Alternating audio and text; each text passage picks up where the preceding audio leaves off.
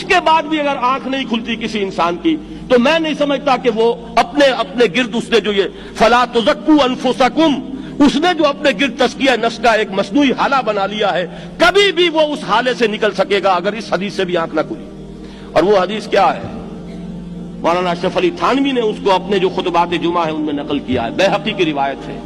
اوحى اللہ عز وجل الى جبرائیل علیہ الصلوۃ والسلام ان اقلب مدینۃ کذا وکذا باہلھا، اللہ نے حکم دیا حضرت جبرائیل کو فلاں فلاں بستیوں کو الٹ دو اس کے رہنے والوں سمیت۔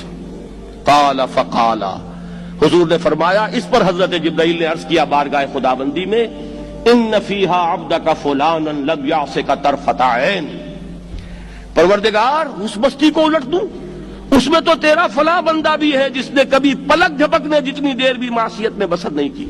اب آپ اندازہ کیجئے، یہ جو ہے نا اپنے آپ کو رگڑنا اور مانجنا اور پوری زندگی رگڑنے میں اور مانجنے میں لگا دینا۔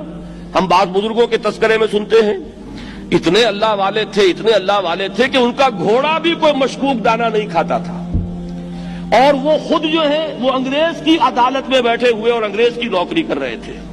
یہ ہے وہ میکروسکوپک اور مائکروسکوپک کا عدم توازن۔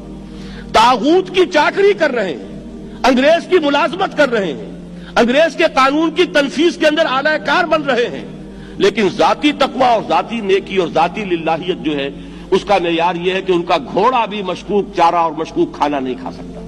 یہ ہے وہ عدم توازن، اس کو نوٹ کیجئے گا، جس کو کہ اس حدیث میں محمد رسول اللہ صلی اللہ علیہ وسلم نے واضح کر دیا کہ حضرت جبرائیل عرض کرتے ہیں کہ اللہ فلاں بستی کو الٹ دوں، اس میں تو تیرا فلاں بندہ بھی ہے جس نے پلک جھپکنے جتنی دیر بھی معصیت میں بسر نہیں کی۔ ذاتی نیکی کا اب اس سے اونچا کوئی مقام کوئی شخص مجھے اگر بتا سکے تو میں اس کا مرید ہو جاؤں گا۔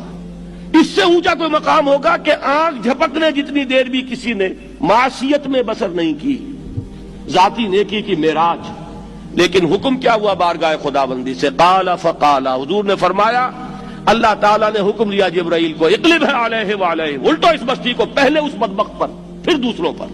کیوں؟ فإن وجهه لم يتمعر في ساعة قط، اس لیے کہ اس کا چہرہ کبھی میری غیرت میں سرخ نہیں ہوا، اس چہرے کا رنگ نہیں بدلا۔